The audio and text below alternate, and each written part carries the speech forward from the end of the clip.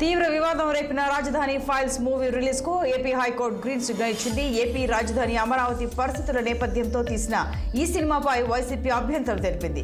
CM Jagan AP ప్రభుత్వ పరువును దిగజార్చేందుకు ఈ మూవీని తీశారని వైసీపీ రాష్ట్ర ప్రధాన కార్యదర్శి లేలా అప్పిరెడ్డి హైకోర్టును ఆశ్రయించారు. గత ఏడాది డిసెంబర్ 18న ఆయన ఉన్నత న్యాయస్థానంలో పిటిషన్ వేశారు. అప్పిరెడ్డి దాఖలు చేసిన పిటిషన్పై ఫిబ్రవరి 13న హైకోర్టులో విచారణ జరిగింది. సినిమా ప్రదర్శన తాత్కాలికంగా నిలిపివేయాలని గురువారం హైకోర్టు మధ్యంతర ఉత్తర్వులు ఇచ్చింది. తాజాగా రాజధాని ఫైల్స్ మూవీపై హైకోర్టులో తిరిగి వాదనలు జరిగాయి. ఇరుపక్షాల వాదనలు విన్న ఏపీ హైకోర్టు సినిమా విడుదలకు గ్రీన్ సిగ్నల్ ఇచ్చింది.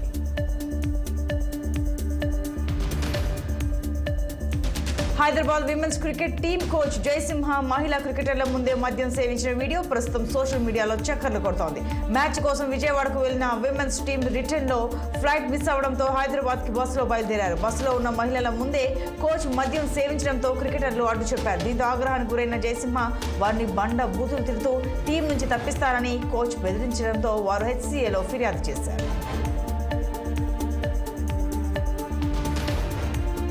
బీఆర్ఎస్ పార్టీకి బిగ్ షాక్ తగిలింది. మాజీ మంత్రి పట్నం మహేందర్ రెడ్డి దంపతులు గులాబీ పార్టీకి గుడ్ బై చెప్పనున్నారు. వీరితో పాటు మాజీ మేయర్ బొంతు రామ్మోహన్ దంపతులు, మాజీ ఎమ్మెల్యే తీగల కృష్ణారెడ్డి, ప్రస్తుత మేయర్ మోత శ్రీలత శోభన్ రెడ్డి దంపతులు కూడా బీఆర్ఎస్ పార్టీకి రాజీనామా చేసి కాంగ్రెస్ పార్టీలో చేరనున్నారు.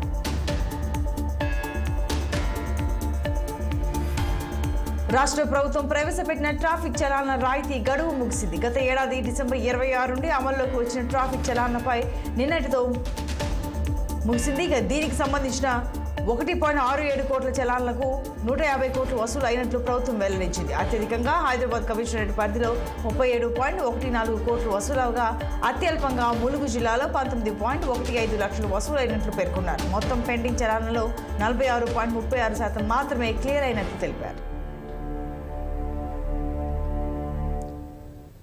బీఆర్ఎస్ ప్రభుత్వంలో ఉద్యోగులకు ఎలాంటి అన్యాయం జరగలేదని ఎమ్మెల్యే కౌశిక్ రెడ్డి అన్నారు. బీఆర్ఎస్ ప్రభుత్వంలో ఇచ్చిన నియామక పత్రాలను తామే ఇచ్చినట్లు ప్రచారం చేసుకుని నిరుద్యోగులను మోసం చేస్తోంది కాంగ్రెస్ ప్రభుత్వమేనని స్పష్టం చేశారు.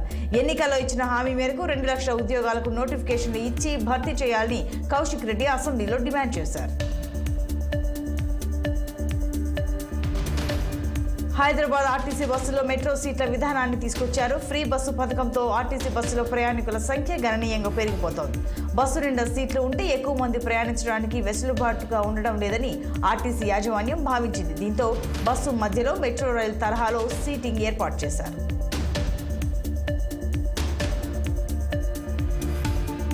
వరకట్న వేధింపులు భరించలేక వివాహిత ఆత్మహత్య చేసుకున్న ఘటన హైదరాబాద్ లో చోటు చేసుకుంది. గాజుల రామారంకి చెందిన అమరావతి అనే వివాహిత అత్తింటి వేధింపులు భరించలేక ఆత్మహత్య చేసుకుంది. పెళ్లి సమయంలో 4 కోట్లు కట్నం తీసుకున్న అత్తింటి వారు వేధింపులు ఆపలేదు. దీంతో మనస్తాపానికి గురైన అమరావతి సూసైడ్ నోట్ రాసి ఇంట్లో ఉరి వేసుకుని ఆత్మహత్య చేసుకుంది.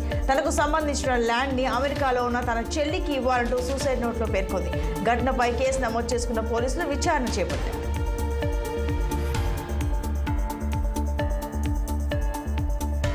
చంద్రుడిపై పరిశోధనల కోసం అమెరికా సైతం మరో రాకెట్ను ప్రయోగించింది. అమెరికా అంతరిక్ష పరిశోధన సంస్థ నాసా సహకారంతో ఇన్స్టిట్యూటివ్ మిషన్స్ అనే ప్రైవేట్ కంపెనీ చంద్రుడిపైకి ల్యాండర్ను పంపించింది. కెనడీ స్పేస్ సెంటర్ నుంచి గత అర్ధరాత్రి స్పేస్ ఎక్స్ కు చెందిన ఫాల్కన్ రాకెట్ ఈ ల్యాండర్ను తీసుకుని నింగిలోకి దూసుకువెళ్లింది.